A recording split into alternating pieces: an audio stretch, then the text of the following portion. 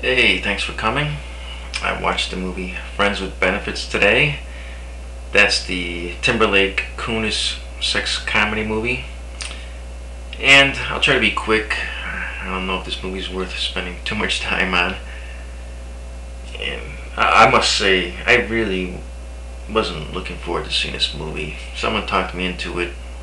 I went along, and after the first third of the movie, I was really starting to regret going very much.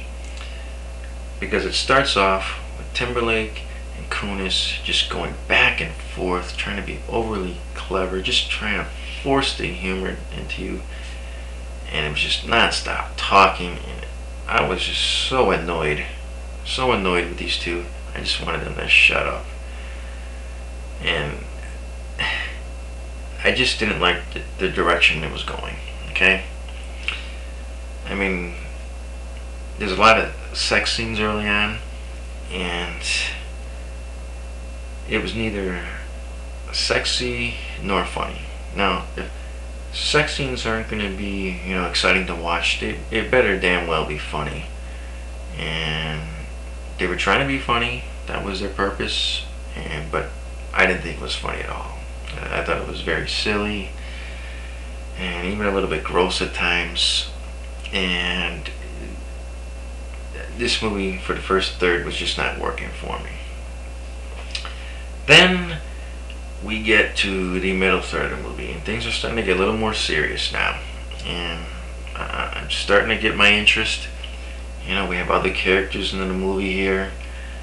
You got Woody Harrelson, who's playing this over-the-top homosexual guy, and all the humor he's using is homosexual humor. And I like Woody Harrelson, but it just wasn't funny to me. I wasn't getting it. And then you have she's got a mother who kind of comes and goes in her life. She's this very open woman, open to anything, and she's trying to be funny, and that wasn't working for me either. Just wasn't buying into it. And of course, you get Timberlake's family. Now we meet his sister, who I like. She's the most normal person in the movie, the most likable as far as I'm concerned. And he's also has a father, and he has Alzheimer's, and so that's a very serious matter in the movie. They're not making light of Alzheimer's here. You have some very serious scenes when he's involved. So, and that's really can take humor out of the movie fast. But they threw that in there for whatever reason. Okay. So back to Timberlake and Kunis. I'm starting to get interested in them now. I mean, I want to see where they're headed, how they're going to get out of this, or what are they going to do. Even though it's kind of predictable, you still want to see the journey of how they get to where they go. Okay? So we're getting to the final third of the movie, and the movie's won me over a little bit by now.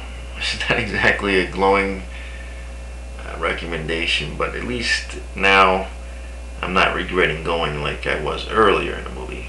The movie gets better as it goes along, is what I'm trying to say. Because, now they're starting to talk more normal and serious, and not trying to force humor down your throat. Okay? They're still trying to be funny at times, but now we've gotten into how they're going to resolve their relationship. What do they really want from each other? And I was curious, and that kept my interest to the end. So I guess they finally did their job in what they were trying to accomplish in this movie. I don't think it's a great movie. I think it's more geared to young crowds, probably early 20s, especially for you young women out there. If you're fans of Timberlake, you'll probably enjoy this movie. And you get to see him naked quite a bit from the backside anyway. And for you guys out there, Kunis, she's okay. I wasn't really wild about her character. I wasn't really wild about any of the characters. You know, but overall, the movie was okay. It wasn't a disaster. Like I said, young crowds probably appreciate it. They can relate better. It's certainly a modern day romantic comedy. With young crowds of short attention spans. They might even enjoy the first third, which I couldn't get into. But so overall, I'm just giving this movie a C and a mild recommendation, basically for the young crowds.